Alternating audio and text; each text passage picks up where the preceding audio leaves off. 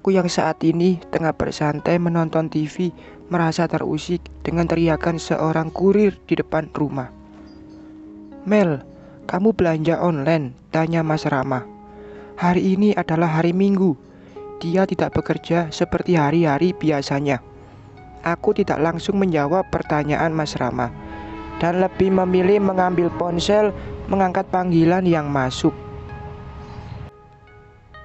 "Lo mau bikin kue jadi patung di sini? Buruan, lo keluar. Kue udah bawa yang lo inginkan." Segera aku menutup sambungan telepon, melirik pada Mas Rama yang menunggu jawaban dariku. "Biar aku aja yang ambil paketnya." Mas Rama berdiri hendak keluar menemui kurir yang ternyata temanku. "Jangan, kenapa?" tanyanya dengan menatapku heran. "Kamu pegang Raka aja, aku pegel. Biar aku yang menemui kurir itu."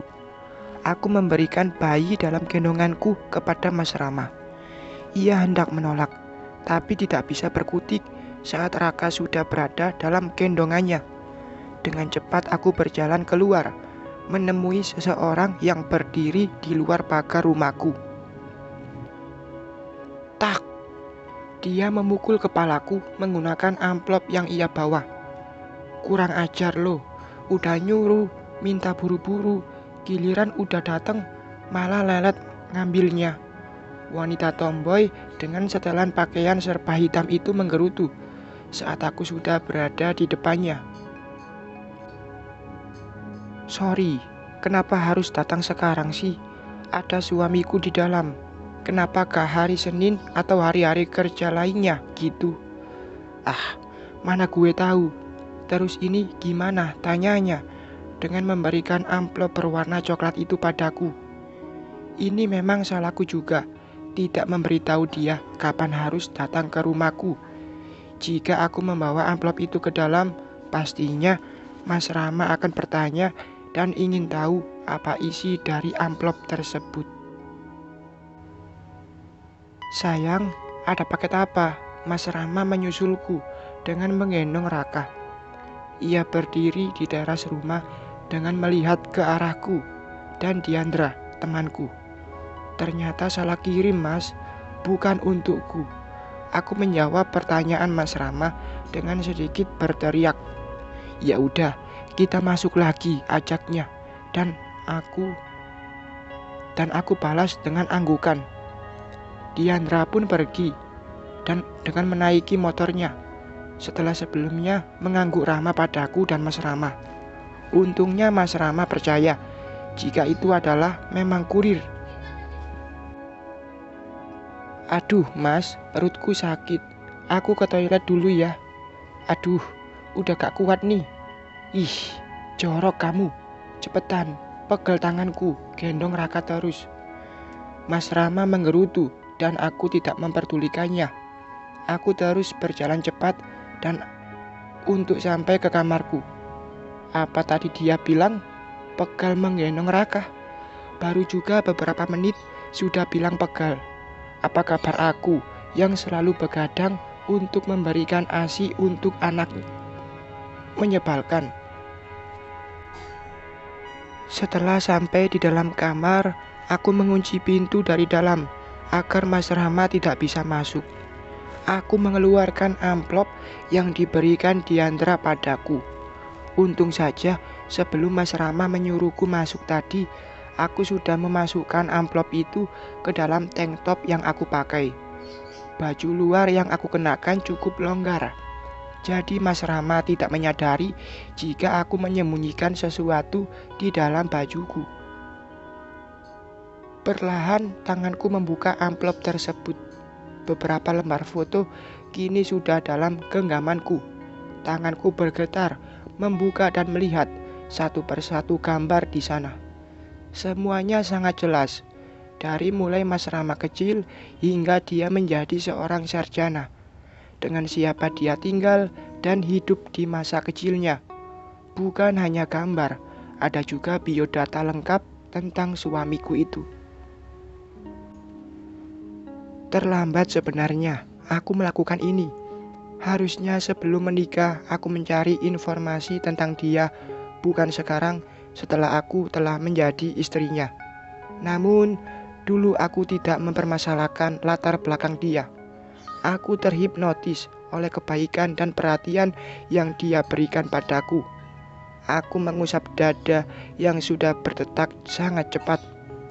Kenyataan tentang suamiku membuatku tidak percaya. Ternyata suamiku tidak sebaik yang aku kira. Dia lebih jahat dari seorang pengkhianat. Mel, kenapa pintunya dikunci sih? Buru-buru aku menyembunyikan semua bukti kebenaran tentang Mas Rama. Kemudian membuka pintu kamar yang tadi sengaja aku kunci. Kenapa harus dikunci sih? Kamu menyembunyikan sesuatu dariku, Mel, cecarnya saat dia sudah masuk ke dalam kamar. Tidak ada, Mas. Aku hanya tidak sengaja karena buru-buru tadi. Ya udah, nih Raka, kayaknya tadi dia pup. Kamu bersihkan dan ganti popoknya. Aku mengambil alih Raka dari Mas Rama. Selama aku membersihkan Raka, suamiku memilih duduk santai di atas ranjang dengan ponsel di tangannya. Sejak Raka ada, tidak pernah sekalipun dia mau berganti popok atau membantuku memandikan Raka. Bukan aku manja dan ingin dibantu dalam mengurus bayiku, tapi para suami pun biasanya selalu ingin tahu bagaimana rasanya mengurus bayi.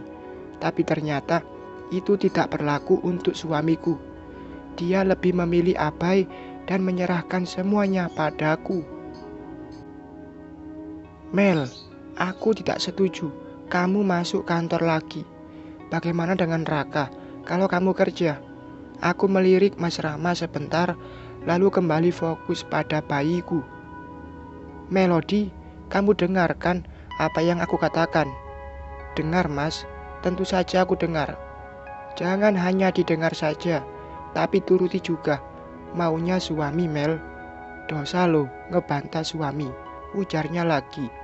Kini Mas Rama menghampiriku, mengambil Raka yang sudah bersih dan rapi.